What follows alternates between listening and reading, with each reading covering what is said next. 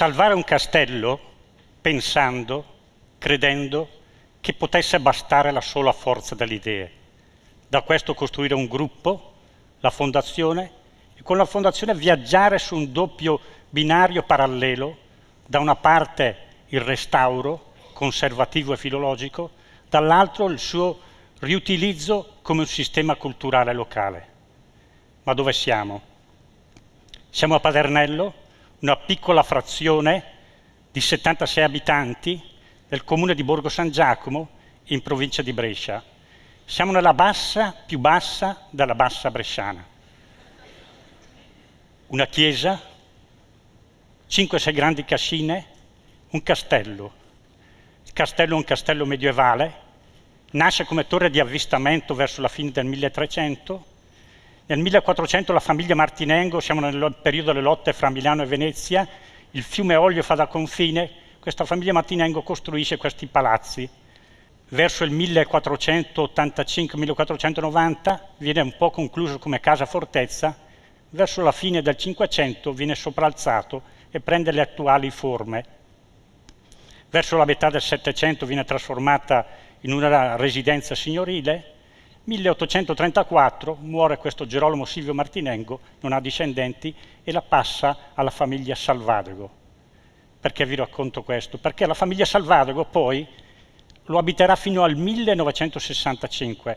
Dal 1965 fino al 2005 questo castello resterà disabitato, all'incuria del tempo, degli uomini, delle persone. I piccioni avevano fatto dei danni inenarrabili, avevano fatto delle cose impensabili. Ecco, nel 2002 c'è l'ultimo crollo, sembrava l'ultimo messaggio che il castello stava mandando. O ci salvate o mi salvate, io crollo, questo bene storico lo perdiamo completamente. Ci aveva provato un'associazione per un po' di tempo a mettere in campo alcune iniziative, ma sono sempre quelle cose dove crediamo che la bellezza sia sempre la cosa che ci muove di più. La bellezza, se non diventa un valore patrimoniale, non è sufficiente. Ecco che allora il comune di Borgo San Giacomo decide di fare l'acquisto. Quando sta per acquistarlo, alla fine entrano le solite problematiche, il comune non ce la fa, ci sono i patti di stabilità. Ecco che allora inventiamo la prima operazione. L'acquisto lo facciamo pubblico-privato, 51% del comune, il bene è indiviso, e del comune il 49% di privati. Il pubblico e il privato messo insieme, sembrava il diavolo e l'acqua santa, invece questa cosa funziona. Poi, nello stesso anno, dopo fatto l'acquisto il 31 maggio del 2005, il 15 dicembre del 2005 costituiamo la fondazione, una fondazione di partecipazione, e anche questa è una forma innovativa che suggerisco qualsiasi persona, ente debba aiutare la rinascita di un bene culturale, fate una fondazione di partecipazione. È un ente pubblico di diritto privato che dà la velocità, che ti permette di fare le cose veloci. Ma prima di fare le cose veloci pensiamo. Prima dell'azione il pensiero. Noi abbiamo steso uno studio di fattibilità, ci abbiamo pensato, ci abbiamo riflettuto e poi l'abbiamo presentato in sovrintendenza. Togliamo un altro mito: la sovrintendenza non ti aiuta mai. Siamo andati dalla sovrintendenza, abbiamo presentato il progetto, dopo 15 giorni avevamo il parere del sovrintendente che autorizzava a partire a fare questo restauro. Vedete che se le cose vengono fatte con capacità e anche con competenza, le cose funzionano. Di un pensiero progettuale. L'altra cosa l'abbiamo fatta anche con la costituzione della fondazione. Avremmo potuto mettere delle persone che si erano fatte avanti. No, abbiamo selezionato chi poteva entrare a fare i soci fondatori. 5 banche di credito cooperativo che sono deputate a salvaguardare il territorio e quindi le abbiamo unite. La Cogeme con una società di servizi del nostro territorio che rappresenta 70 comuni, il comune di Borgo San Giacomo naturalmente, e poi la società di privati e poi altri privati. 11 soci fondatori, gli abbiamo fatto versare una piccola quota di partenza, da lì siamo partiti per cominciare a fare le opere di restauro, perché quando siamo arrivati noi avevamo di fronte un grande problema. Il castello è caduto, è crollato, l'abbiamo trasformato in una grande opportunità. La visione che quando abbiamo un problema noi ci fermiamo è una cosa che deve essere superata. Il problema è una grande opportunità. Ecco che questo noi l'abbiamo fatto mentre cominciavamo, abbiamo fatto la fondazione, vi dicevo, nel 2005 a fine anno, all'inizio del 2006 già cominciavamo a restaurare i tetti, quindi man mano facevamo le iniziative, andavamo avanti e quindi facevamo anche le manifestazioni. Quindi da una parte ristrutturavamo, dall'altra parte riutilizzavamo.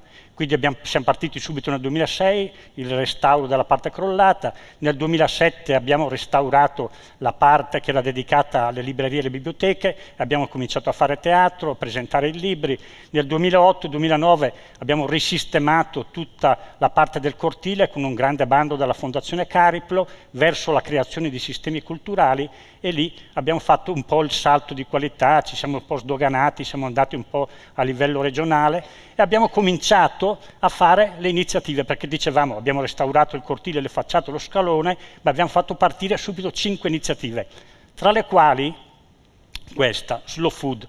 Quando io ho cominciato, i miei amici dicevano ma sì, facciamo il mercato, venderemo 2 cacciottelle, scherzavano al coso. Il mercato Slow Food, attualmente in Lombardia ce ne sono 2, uno è a Milano e uno a Padernello, uno ha qualche milione di persone, noi abbiamo 76 abitanti. Il mercato ci porta 3.000 persone ogni domenica che facciamo il mercato, facciamo la terza domenica del mese, quindi vuol dire che questo ci porta 30.000 persone. Sapete quante iniziative facciamo in un anno? 200-220 giorni di manifestazioni in un anno, facciamo 220 giorni di manifestazioni all'anno e facciamo da 0 60.000 visitatori, quindi vuol dire che abbiamo attivato questo processo. Ma perché l'abbiamo fatto questa cosa qui? Perché non abbiamo ascoltato quelli che dicono questi beni devono essere salvati dallo Stato, dalla Regione, dal Comune. Questi beni li salviamo noi, perché questi beni noi li amiamo, perché noi crediamo fortemente che se abbiamo la forza, la capacità, la competenza, la passione, questa parola discriminante, che diventa questa grande virtù, la perseveranza, che se noi abbiamo la passione che dura nel medio-lungo periodo, siamo in grado di fare piani strategici quinquennali, capire quando sono le soluzioni, creare quello che dicevamo, un progetto che qui vedete identificato in 9 progetti. Siamo stati in grado di mettere in campo 9 progetti, il teatro, il cinema, l'enogastronomia, le mostre, il progetto culturale e attraverso tutti questi progetti a cui ognuno ha un responsabile e a ognuno uno sponsor. 9 progetti, 9 responsabili, 9 sponsor.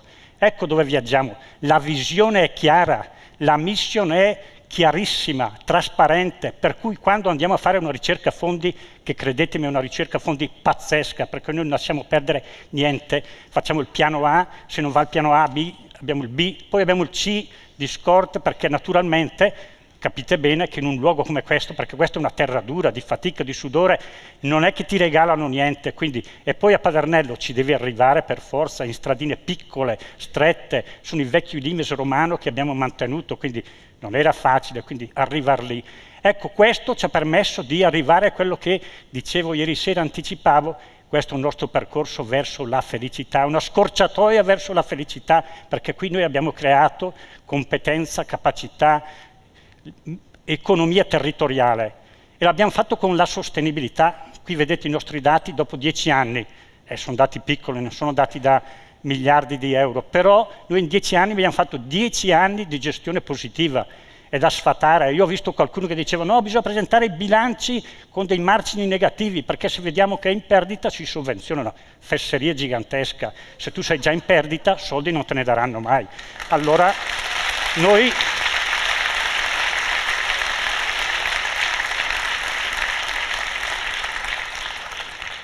Noi invece abbiamo sempre fatto i margini positivi, abbiamo raccolto in 10 anni 2 milioni e mezzo di euro, più 500.000 euro che ci ha dato la Cariplo, 3 milioni di euro. Se all'inizio di questa nostra avventura avessimo detto tra di noi, ragazzi qui bisogna raccogliere 3 milioni di euro, 6 miliardi di vecchie lire, non saremmo mai partiti, non avrebbe mai partito nessuno. Ecco perché abbiamo bisogno dei piani strategici pluriennali, fare le cose piano dopo piano, passo dopo passo, perché i risultati arrivano. Noi siamo convintissimi che abbiamo davanti progetti ancora per lungo periodo e la sostenibilità è una parola chiave, quindi se non abbiamo la sostenibilità questi beni ricadono nuovamente, quindi dobbiamo immaginarci di trovare. Il nostro bilancio per il 75% è dato da iniziative che noi mettiamo in campo, da contributi che andiamo a ricercare, da sponsor che troviamo prima di fare le manifestazioni. Il tempo è breve, devo stare nei miei tempi, però noi facciamo mostre, ci propongono mostre da tutte le parti, ne facciamo mai neanche una di quelle che ci propongono, perché costano una cifra pazzesca. Le mostre ce le costruiamo noi e le nostre mostre fanno dai 6.000 ai 10.000 visitatori. E cosa fanno le nostre mostre?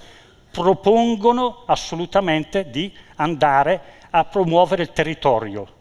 Adesso partiamo velocemente, perché il tempo mi stringe, per presentare quali sono i nostri 3 progetti che abbiamo in corso adesso. Economia circolare. Siamo assegnatari di un bando sull'economia circolare di 136.000 euro. L'economia lineare, produco, consumo e faccio rifiuti, ormai è al termine. Le risorse non sono infinite, dobbiamo pensare a un nuovo progetto e quello che noi stiamo pensando è che diventiamo per l'ennesima volta esempio sul territorio dove produciamo, consumiamo, ma riutilizziamo. Ecco, su questo stiamo inventando alcune iniziative, ci stiamo pensando. L'altra operazione che abbiamo in corso, qui tra l'altro vedete nella fotografia questo bellissimo ponte di Giuliano Mauri che collega una roggia, perché oltre a questo abbiamo anche unito questi artisti di arte naturale. Questo è sulla resilienza, è un bando che esce, quindi ho cominciato a incrociare le dita perché il bando esce martedì dalla Fondazione Cariplo, quindi mercoledì sappiamo i risultati. Se va questo, secondo noi cominciamo a pensare che questo shock del territorio, che è un'agricoltura massiva fatta dall'utilizzo di grano turco che consuma una grande quantità di acqua in modo anticritogamici, diserbanti e ci rovina assolutamente il paesaggio, noi vogliamo invertire agricoltura di prossimità, farro, grano, monococco, creiamo la filiera del pane. Chi mette il grano deve sapere che chi acquista le farine già glielo compra, che poi il fornaio gli compra le farine, che i gruppi di acquisti solidari comprano il pane. Piccola filiera, ma la facciamo partire. Albergo diffuso. L'albergo diffuso è un altro progetto che noi abbiamo in corso, perché il museo non è il paesino, il museo non è il castello, è il paesino a cielo aperto, che è il mondo contadino di una volta. Ecco, lì noi vogliamo portare le persone che stiano lì a avere la ricettività, perché nel frattempo, tra parentesi, nel paesino di 76 abitanti sono partiti 3 ristoranti che fanno 80-90 mila persone all'anno. Quindi abbiamo creato questo indotto, già erano partiti all'inizio anche loro. Ecco, quindi questi sono i 3 progetti. Poi il futuro, perché il futuro non basta solo immaginarlo, il futuro bisogna anche scriverlo e quindi noi lo scriviamo attraverso pensare di fare impresa sociale. Il braccio della fondazione, che è un braccio costituito esclusivamente, tranne un dipendente, dal volontariato, 60 persone che lavorano con noi, deve essere assolutamente rafforzato. Bisogna modificare e integrare la governance della fondazione creando l'impresa sociale e dando corpo alla nostra nuova ossessione, dare lavoro ai giovani. Quindi questi giovani devono andare a ricoprire i posti di responsabilità dove andremo a creare queste scuole di buona gestione. La buona gestione l'abbiamo dimostrata in 10 anni, quindi credo che non abbiamo bisogno di imparare niente su quel lato, quindi abbiamo dimostrato, faremo la scuola di buona gestione, la scuola di alta formazione, la scuola dei camerieri, ci sono i ristoranti, quindi attivare lavoro per i giovani. Dall'altra parte devono diventare il braccio operativo della fondazione. Il nostro volontariato, che ha una certa età come la mia, quindi comincerà a essere affaticato dal tempo, dovrà essere sostituito da questi giovani che, facendo i responsabili di queste iniziative della cooperativa sociale e dell'impresa sociale, diventeranno anche la forza nuova della fondazione. Quindi questo abbiamo in campo. E poi, per terminare, ecco, credo di essere nei tempi, per terminare c'è questa idea sull'artigianato delle scuole bottega, delle botteghe Rinascimento. Siamo andati in regione per dirgli: ma guarda che questo è il progetto, e questi dicono sì, ma non è previsto. È chiaro che non è previsto, sono venuto apposta a chiederti di modificarlo, quindi questo deve... Quindi...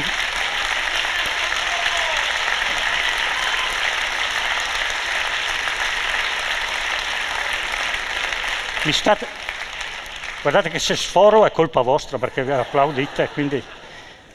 perché stavamo dicendo che perché l'artigianato? Perché il lavoro non si cerca, il lavoro si crea, quindi se noi creiamo lavoro lì piccoli numeri li facciamo e andiamo avanti.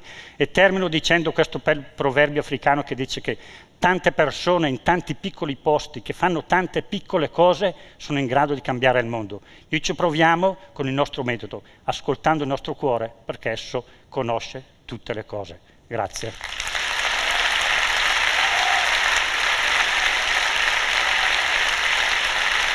Grazie. Dove sono andato?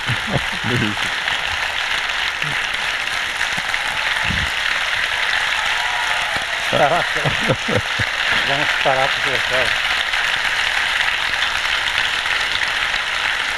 Lo prendiamo come consulente, sì, perché noi qui nel nostro territorio, sì, abbiamo molte cose che potremmo rimettere in piedi, va bene, però ci vuole il metodo. Mi date un gruppo, noi ci proviamo.